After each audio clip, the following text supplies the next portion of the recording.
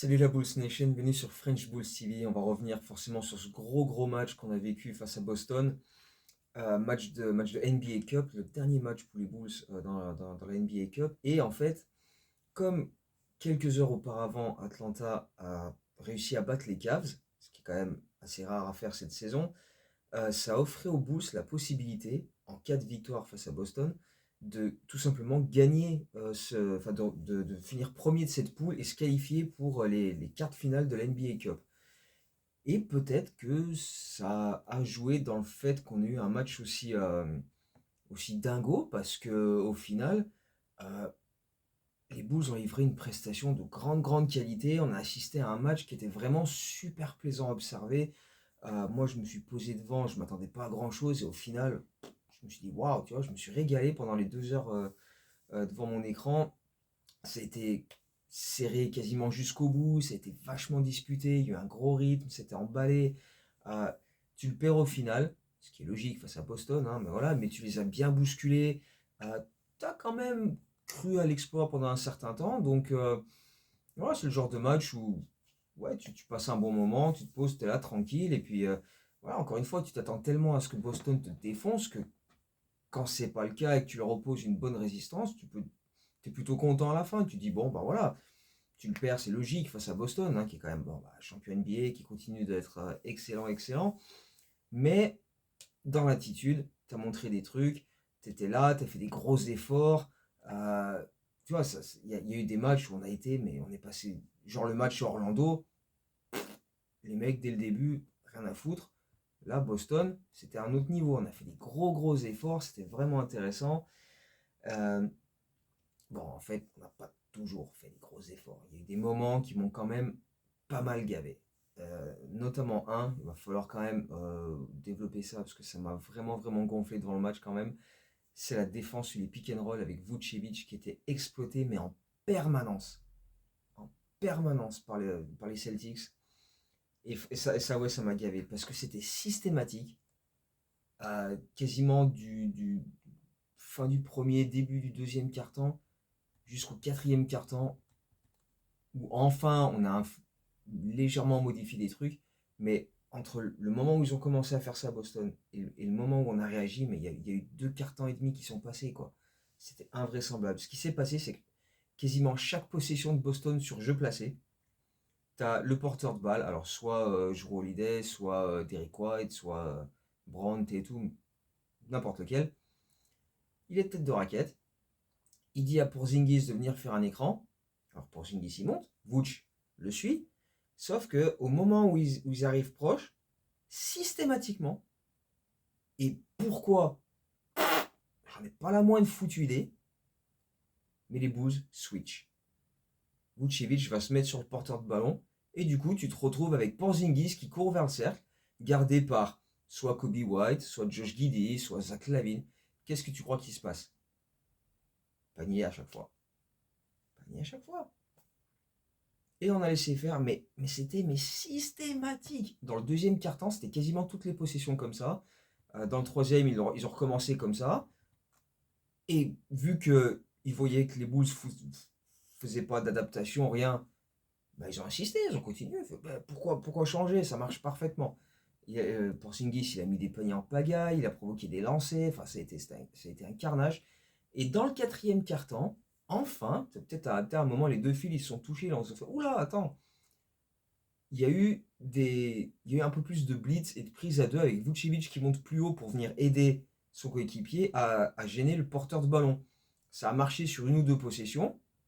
Bah, derrière Boston, et d'ailleurs Torrey Craig a été très bon sur ça aussi défensivement. Il a fait des super choses à ce niveau-là aussi. Mais Boston, une fois qu'ils ont vu que les Bulls se sont adaptés, ils se sont dit bon bah, ils ont enfin réagi. On va faire autre chose. Balle à Pritchard et l'enculé. Oh là là, quel enfer. Il nous a allumés, mais c'était insolent. Insolent. Il a mis 19 points juste dans le quatrième quart-temps, mais sur des shoots, mais invraisemblables. Il y a eu quelques drives, mais c'était surtout des 3 points en pull-up, en sortie d'écran, des step back à 8 mètres, des trucs, mais de grands marteaux. De grands marteaux. Et on le sait, c'est un excellent shooter, c'est pas une surprise, on l'a pas découvert sur ce match-là, mais c'était un putain de cheat code. Il nous a défoncé, mais défoncé. Et derrière, ça a permis à Boston de reprendre le momentum. Ils ont signé un run sur les dernières minutes et nous, pendant ce temps-là, on a précipité nos actions, on a fait des mauvais choix à balle en main, ça a donné des balles perdues, etc. Donc, sur la toute fin de match, on le perd, mais bon, voilà, c'est Boston, quoi. Et donc, bon, t'es éliminé de la NBA Cup. Oh merde, quel dommage. On va pas aller la gagner et mettre la bannière United Center. Merde. Mais, voilà, c'était quand même, comme j'ai dit déjà, un match super plaisant à suivre. Moi, je m'attendais tellement à pas grand-chose quand je me suis posé devant ce match. Je suis rentré du taf, je me suis dit, bon, bah, allez, vas-y, on va en prendre 150. Je m'assois, et plus le match avançait, plus je dis, putain, mais en fait, c'est un super match, quoi. Je me suis régalé. Tu vois, tu me donnes ça la plupart des soirs, c'est pas mal. Pas mal. Bon, après, en plus, si on gagne pas trop et que ça aide en fin de saison pour la draft, mais enfin bon, ça c'est un autre truc, on verra plus tard. Mais voilà, il y a eu quelques bonnes perfs individuelles dans ce match-là, et il y en a une que j'ai envie de souligner, c'est Josh Giddey, qui a fini avec 4 points. Bon, voilà, offensivement, ça n'a pas toujours été ouf. Il a donné des super caviars, par contre. Il a donné des passes, mais top, top. Mais surtout, là où je veux parler de Josh Giddey, c'est sa défense. Parce que bah, quand il fait de la merde, on le dit. Donc quand il fait des trucs bien, il faut le dire aussi. Et j'ai trouvé que sur ce match-là, je sais pas pourquoi ce match-là en particulier, mais c'est parce que j'ai pas l'impression que c'était des matchs particulièrement favorables pour lui, mais je l'ai trouvé très bon. Euh, Hyper actif, bon dans son placement, au bon endroit au bon moment, des bonnes interventions, voilà, pareil, dans le bon tempo, des contests. Franchement, je l'ai trouvé très très correct défensivement dans ce match et j'ai beaucoup apprécié ça de sa part. Donc voilà, bravo à toi, Josh Giddey. Continue comme ça, même si je sais que bon, bah, normalement, 8 ou 9 fois sur 10, c'est plutôt l'inverse, c'est plutôt le mode passoire. Mais voilà, sur ce match-là, il a fait des trucs vraiment intéressants et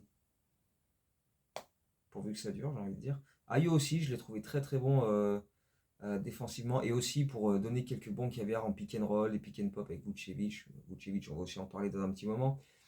Mais il y a aussi Talen Horton-Tucker qui a été excellent. Pardon. Et en fait, quand il a des vraies minutes, quand il n'est pas en garbage time, qui joue les 3 dernières minutes du match ou quoi, il apporte des trucs en fait. Il apporte toujours quelque chose, Talen Horton-Tucker. Il rentre des gros shoots, il attaque le cercle. Là, il a mis des step back, il a mis des turnarounds, il a mis des 3 points dans tous les sens. Et c'est en grande partie grâce à lui que dans le deuxième quart-temps, on est revenu en fait, parce qu'on avait une douzaine, une quinzaine de points de retard, un truc comme ça. Et lui, il s'est mis à enchaîner les paniers. Euh, il y a un moment, une bonne intervention défensive aussi. Il remonte la balle, boum, il met un 3 points. Enfin bref, il a été vraiment bon. Il a fini à 4 sur 4 à 3 points, 16 points, un truc comme ça. Mais avec des shoots de ouf, inconscients. On aurait dit des fois, ça m'a limite fait penser à Nate Robinson, c'est qu'il prenait des shoots mais totalement improbables. Et mais il avait tellement la confiance, les trucs qui rentraient, tu te disais mais comment il fait, c'est pas possible, tu sais. Mais voilà, tu vois, sur quelques séquences dans ce match-là, c'était assez invraisemblable, mais voilà, il est là, il apporte des trucs, quoi. Alors forcément, tu peux toujours te demander pourquoi c'est lui qui joue, pourquoi il est dans la rotation, alors qu'il y a des mecs que tu devrais faire jouer avant lui, à qui tu devrais donner des minutes, les Dalen Terry qui revenait de blessure, qui a joué un peu dans ce match, mais pas beaucoup. Je pense qu'il est encore un petit peu gêné par sa cheville. Julian Phillips qui a fait juste une apparition de 3 ou 4 minutes dans le quatrième quart-temps, mais avant ça, il n'a pas joué. Matas Bouzelis qui a joué que 5 minutes dans ce match. Donc c'est vrai que tu peux te dire pourquoi ces mecs-là jouent moins longtemps que Taylor Horton Tucker. Mais, enfin voilà, à chaque fois qu'il a des minutes dans la rotation et pas du garbage time, Talen Horton-Tucker, il montre, il est là, il produit et Doloman lui fait confiance. Et bien sûr qu'on aimerait voir les autres jouer plus que ça. Mais, comme j'ai dit en début de saison, on va encore en revenir au même problème qu'on annonce depuis le début, mais on tanque pas vraiment. Là, les Bulls essayent un peu de gagner des matchs. Et c'est toujours la même chose. On n'a pas d'objectif précis, clair, déterminé. On n'a toujours pas pris une direction où on se dit, voilà, on va faire comme ça et on bouge plus. Là, on ne sait pas si on tank. Apparemment non. On ne sait pas si on se focalise sur le développement des jeunes. Pas totalement. Est-ce qu'on essaye de gagner des matchs? un peu, tu vois, c'est au jour le jour. C'est au jour le jour. Donc enfin voilà, le fait que Matas Bouzelis ne joue que 5 minutes sur ce match-là, c'est quand même une indication sur le plan actuel de la franchise. Et enfin bon, encore une fois, voilà, on n'apprend rien, quoi. C'est toujours aussi désolant, mais on ne sait pas ce qu'on fait. On ne sait pas ce qu'on fait. Mais bon, je ne vais pas encore refaire 5 minutes là-dessus, parce que bon, j'en ai déjà fait plein, hein, dans plein de vidéos. Mais bref, pour revenir aux perfs intéressantes sur ce match-là, parce qu'il y en a quand même vraiment eu des belles, Nikola Vucevic. Nikola Vucevic était monstrueux, mais offensivement, c'était incroyable. On a parlé tout à l'heure de la défense où il s'est fait exploiter, mais systématiquement, bah parce que voilà, défensivement, c'est une horreur. Mais de l'autre côté, il a été impérial comme le pâté. C'était incroyable. Des post-ups, des hooks, des feintes, des footwork de dingue, un festival de 3 points. Il en met 4 à la suite à la fin du deuxième quart-temps. Il a été, mais il est encore, là, depuis le début de saison, et de manière hyper régulière, en termes d'efficacité, il est, il est all-time. Il est all-time. En termes d'efficacité, c'est monstrueux. Et tu peux que espérer que ça dure pour faire grimper sa valeur pour un futur trade. Mais même s'il part pas tout de suite, ça fait du bien à l'équipe. Et honnêtement, je pense que assez clairement, on est sur le meilleur Vucevic depuis qu'on a fait le trade avec Wendell Carter Jr. J'ai pas souvenir d'à quel moment Vucevic était aussi fort, aussi efficace sur autant de matchs.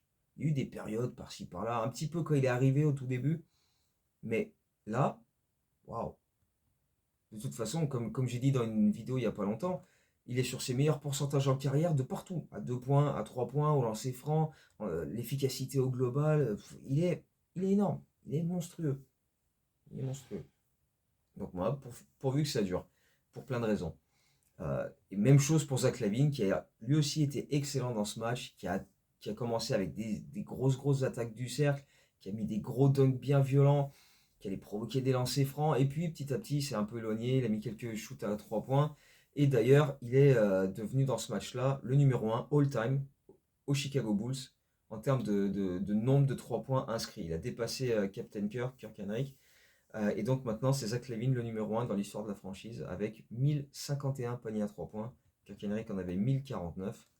Donc voilà, c'est un sacré exploit quand tu regardes le nombre de matchs joués par les deux parce que Zach LaVine, il a même pas encore 400 matchs sous le maillot des Bulls. Il est même pas dans le top 25 de la franchise. Alors que Kirk Henrik, il est troisième all-time. Il a joué 748 matchs. Il n'y a que Jordan et Pippen qui ont joué plus de matchs que Kirk Henrik sous le maillot des Bulls. Donc gros exploit de la part de Zach LaVine, qui aussi est le septième meilleur scoreur de la franchise, hein, aussi, et qui aussi, et ça aussi c'est pas un mince exploit, possède la troisième plus haute moyenne de points dans l'histoire de la franchise. Il n'y a que MJ, normal, et DeMar DeRozan qui, sur leur carrière aux Bulls, ont une meilleure moyenne de points par match que Zach LaVine. Donc ça te place quand même un bonhomme. Et, euh, et voilà, lui aussi il continue de faire grimper sa cote en vue d'un possible trade prochainement. On peut toujours espérer, on peut toujours y croire, y rêver, tout ce qu'on veut. Donc on prend. Et même s'il n'est pas tradé, ben, parfois, la version Zach LaVine qu'on a en ce moment, elle est excellente. Elle est excellente. Et voilà, quand tu vois des perfs comme ça fait toujours plaisir, quoi. Par contre, il y en a un qui est un peu en difficulté, un peu beaucoup même en ce moment, c'est Kobe White. Et j'arrive pas vraiment à mettre le doigt sur quel est le problème en fait. Euh, mais il a du mal dernièrement à tirer son épingle du jeu. T'as l'impression qu'il fait pas forcément les bons choix en termes de shoot. Il force pas mal de choses. J'ai l'impression qu'il a du mal à passer du statut de mec qui était le meneur principal l'an dernier, qui remontait la balle, etc. euh, à cette fois-ci, il y a Josh Giddey qui fait ça, il y a Lonzo Ball qui fait ça, qui a fait un super match en plus hier soir aussi. Euh, et du coup, maintenant, il est un peu plus loin du ballon, essayer de se démarquer, essayer de scorer en catch and shoot, etc. Et peut-être que ça lui convient un peu moins, ou en tout cas, il a du mal à s'adapter à ça. Ça lui prend plus de temps qu'à d'autres. Genre, Ayo, il s'en fout, lui. Toujours la même chose, hein, il est à fond la caisse. Mais Kobe, j'ai l'impression qu'il a un peu plus de difficultés à ce niveau-là. Et peut-être que c'est le rythme aussi, parce que pendant des années, on était le pire pace de la ligue, on était l'équipe la plus lente, et maintenant on est l'équipe la plus rapide, on est numéro 1, on fonce dans tous les sens. Peut-être c'est à cause de... On sait qu'il a un petit souci au poignet gauche, il a un petit souci à la cheville gauche aussi. Voilà, c'est peut-être des petits soucis physiques, je sais pas, j'arrive vraiment pas à trouver l'explication. Mais clairement, il est dans le dur depuis pas mal de matchs maintenant, c'est quand même assez compliqué. Et je sais pas, il a un peu du mal à suivre par rapport aux autres. Mais après, l'an dernier, il avait assez mal débuté aussi, enfin mal. Il n'était pas ouf ouf, et puis il est hyper vite monté en puissance en décembre, à peu près à cette période-là, et c'est là qu'on a vu un Kobe White qui avait été absolument monstrueux et qui avait fini deuxième pour le MIP.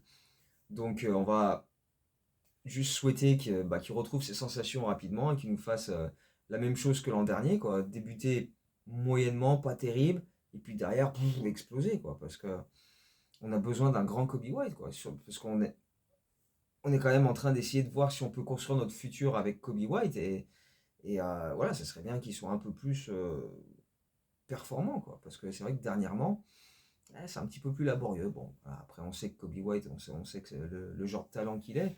C'est peut-être juste voilà, une question de temps et après il va finir par trouver son rythme.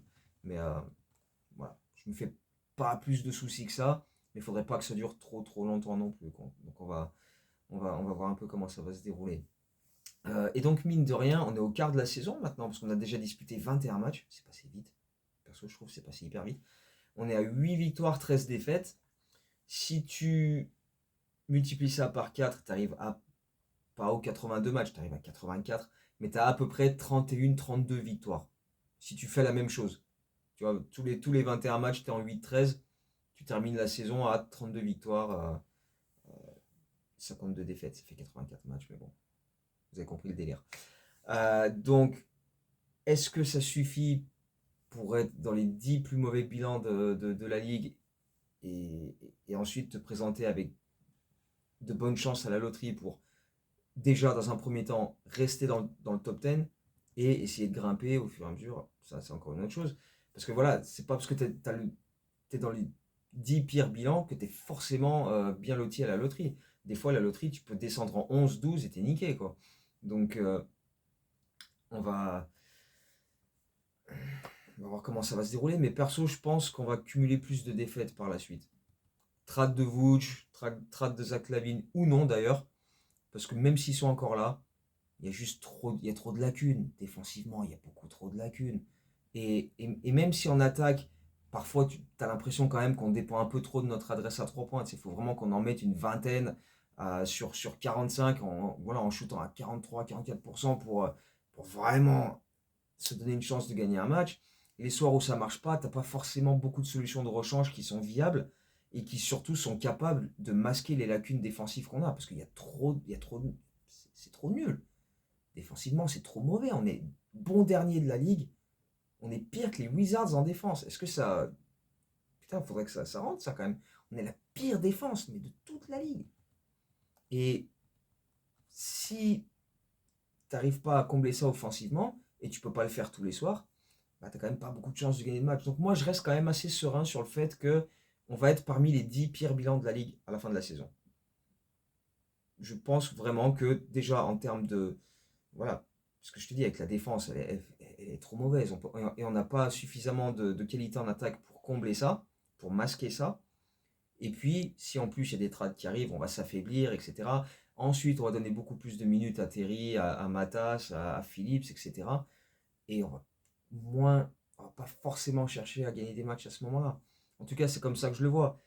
Peut-être que le processus va s'accélérer mi-décembre, parce qu'à partir de la mi-décembre, tu as des joueurs qui, jusqu'ici, ne pouvaient pas être tradés, et ils deviennent éligibles à être tradés au 15 décembre. Donc peut-être que d'ici là, peut-être que avant Noël, Vooch n'est plus là, peut-être que Zach est plus là.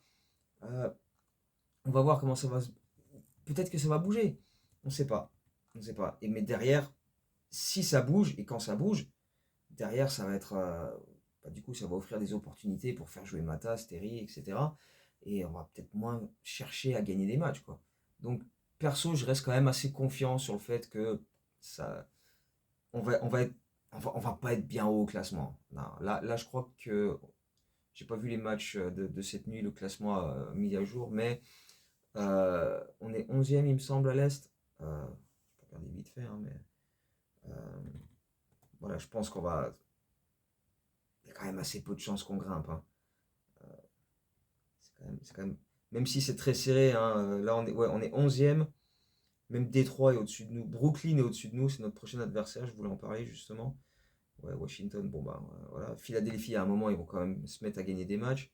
Euh, tu regardes à l'ouest, ils ont tous au moins 4. Ouais, ouais, voilà. Franchement, il y a Utah, New Orleans, ils ont 4 victoires. Portland en a 8. Non, franchement, voilà, on va y être. On va y être dans les 10 pires. J'ai aucun souci. Franchement, ouais. Et donc voilà, prochain match, Brooklyn. Et ça tombe sur une période où voilà, on a eu plein de back-to-back dernièrement. On a enchaîné plein de matchs. Là, pas de match hier. Enfin, pas de match ce soir. Lundi, on reçoit Brooklyn. Et ensuite, on a encore 2 jours sans jouer. Donc là, sur une période de 5 jours, tu fais un match.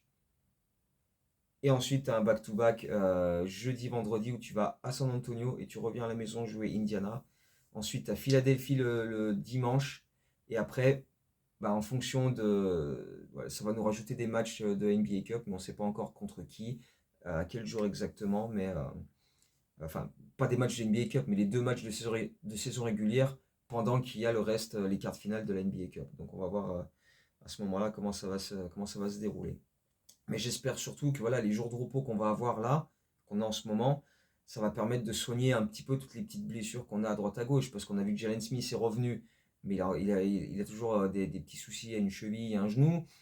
Terry, bon bah là, il est revenu sur le dernier match, mais pareil, il faut qu'il soigne un peu sa cheville droite. Kobe, on l'a dit. Patrick Williams, on ne sait toujours pas où il en est.